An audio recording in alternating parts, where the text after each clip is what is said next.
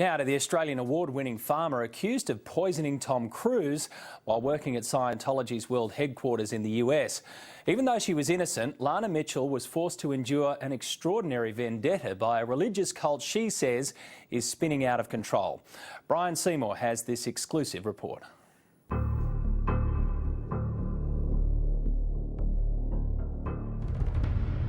I definitely think that he's lost touch with reality. You have to understand, people that go to work for Scientology expect to be abused. In terms of Tom Cruise, the two of them have created this bond and this friendship that seems to be, well, it's been said before, but unnaturally close. The movie star and the Messiah, both are just men. Men who have had a terrible and lasting impact on the life of Lana Mitchell. Lana cultivates and sells the Australian white flannel flower around the world and was named one of our Rural Women of the Year. I actually don't have or harbour any ill will or feelings against the many wonderful people that I worked with. Lana worked at Scientology's international base in California, the home of its reclusive leader, David Miscavige. David Miscavige lives a lifestyle that very few people actually know about. He lives a life of royalty.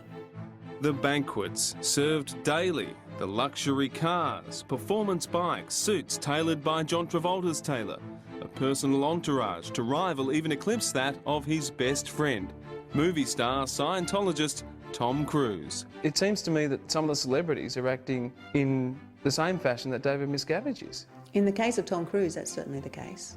Daily meals for the leader came every few hours, featuring the best of the best. When Tom Cruise came to visit, no effort or expense was spared, and that's when it all came to a head. Tom Cruise got food poisoning. He apparently ate a prawn that was off, shrimp as they call it in the US.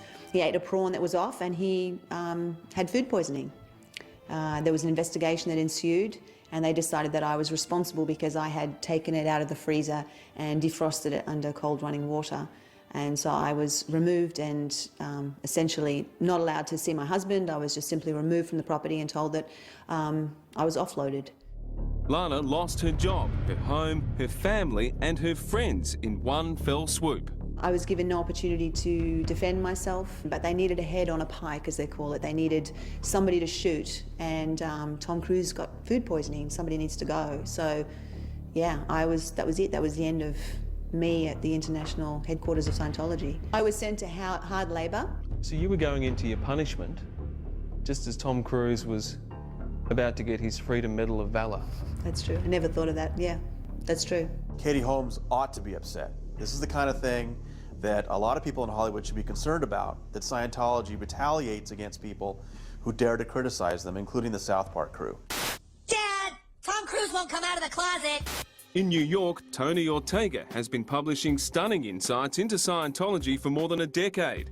He is the editor-in-chief of the iconic Village Voice. In November 2005, South Park produced an episode that was deeply embarrassing for Scientology. Mr. Cruise, come out of the closet. The church retaliated against South Park with an investigation of Trey Parker and Matt Stone, their friends, their employees, using private investigators digging through their trash and trying to find vulnerabilities to exploit against them. John, it's John Travolta. Oh, hey, John.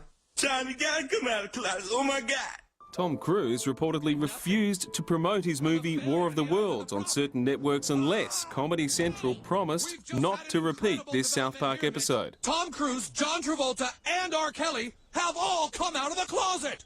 In September 2004, Lana finally escaped from Scientology. They told me I would not be able to see my mother.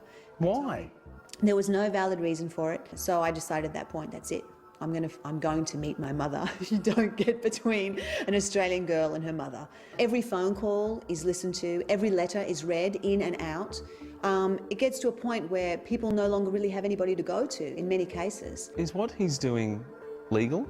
In my view, it's not. In my view, it's a violation of human rights.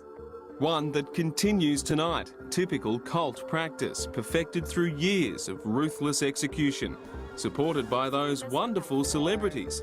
The question now is which one of these celebrities will be the next to leave Scientology's ruler. Is he a psychopath? In my view, absolutely. Why do you say that? Because he is, in a cold and calculating way, is working to destroy my religion.